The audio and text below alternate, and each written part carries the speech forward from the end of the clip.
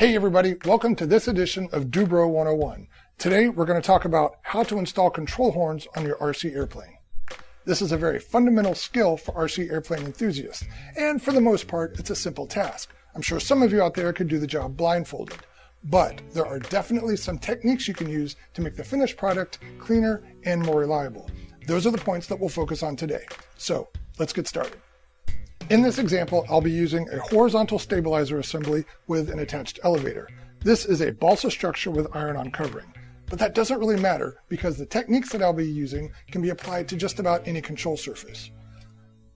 The control horns that I have are Dubro's nylon T-style control horns, part number 237.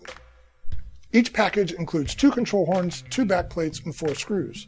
The first step is to separate the nylon parts. I like to use a pair of sharp side cutters to remove the control horns and back plates. You can also use the side cutters to clean up any protrusions found on the part edges.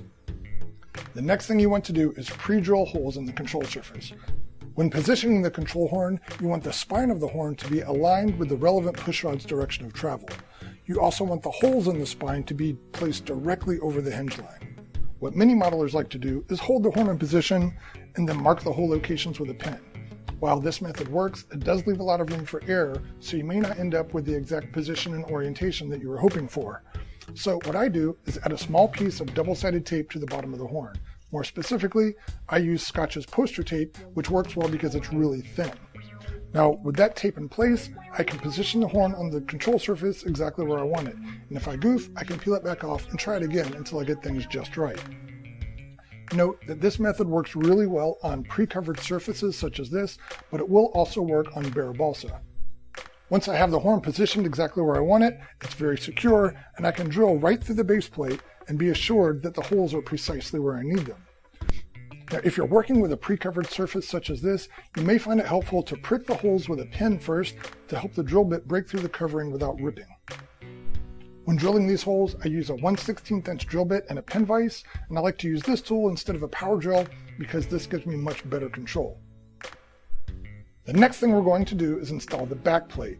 And by the way, it's perfectly fine to leave that double-sided tape in place.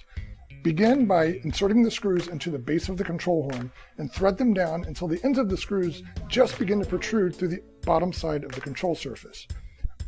Place the back plate into position. You can then begin to thread the screws into the back plate. Alternate between screws every few turns. Repeat this process until the back plate is pressed firmly against the bottom side of the control surface. Just be careful not to over-tighten the screws and crush that structure. At this point, the installation of your control horn is essentially complete, but you may find that the screws protrude out the bottom of the control surface more than you would like.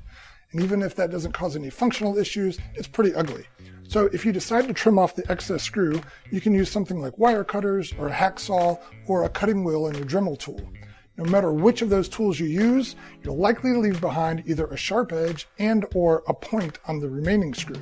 And that's definitely something you want to take care of because it will bite you sooner or later. One way to get rid of the points and sharp edges on the screws is to simply use a metal file. And it may take you a few minutes, but this tool is easy to work with. Another option is to use your Dremel tool. To use a grinding bit for this job, the grinding bit will round off the screws very quickly. You just have to be sure to control the tool so that you don't slip and damage your airplane. Well, there you have it. By using these simple techniques, all of your airplane models can have control horns that look great and function exactly the way they're supposed to. Thanks for watching.